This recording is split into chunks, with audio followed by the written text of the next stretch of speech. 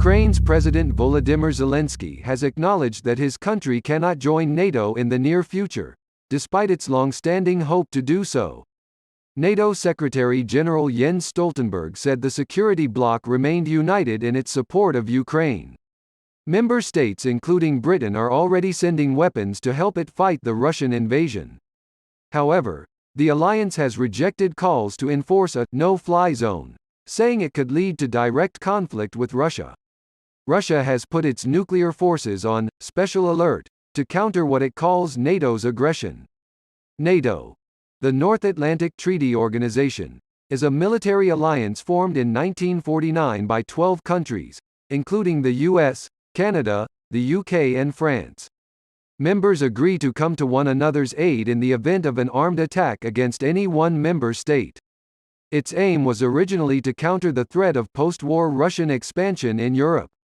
In 1955, Soviet Russia responded to NATO by creating its own military alliance of Eastern European communist countries, called the Warsaw Pact.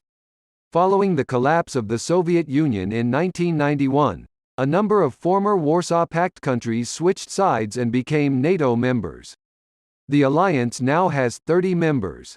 NATO originally offered Ukraine eventual membership back in 2008, and after Russia's annexation of Crimea in 2014, Ukraine made joining NATO a priority. But this hasn't happened, mainly because of Russia's long-standing opposition to such a move. Russia fears NATO is encroaching on its territory by taking on new members in Eastern Europe, and that admitting Ukraine would bring NATO forces into its backyard. Ukraine's President Zelensky has now accepted his country cannot join NATO at present, saying, "It is clear that Ukraine is not a member of NATO. We understand this." The UK Prime Minister Boris Johnson made the same point, saying, "There is no way Ukraine is going to join NATO anytime soon." One of Russia's demands before the invasion was that Ukraine should never be allowed to join, something the alliance had refused to support. Ukraine is not a member of NATO, so the alliance is not obliged to come to the country's defense. NATO countries have also made it plain that if their troops were to confront Russian forces in Ukraine, it could lead to an all-out conflict between Russia and the West.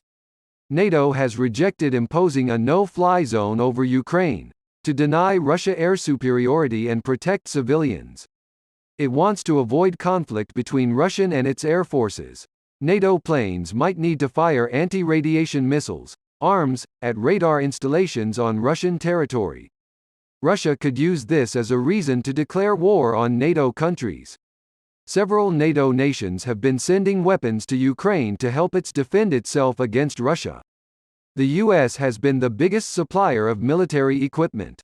It initially sent $200 million, £152 million, and then a further $350 million, £267 million, of weapons. This included handheld Javelin anti-tank missiles, Stinger anti-aircraft missiles and body armor. The US has now expanded this and announced a $1 billion, £760 million, security aid package. This will include the deployment of more sophisticated longer-range weapons and drones to Ukraine. It has also allowed other NATO countries to supply Ukraine with US-made weapons. The EU has said it will spend up to €450 million, £376 million, to fund the supply of weapons to Ukraine.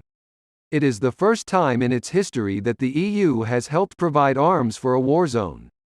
Germany, too, has dropped its long-standing restrictions on supplying weapons to a combat area.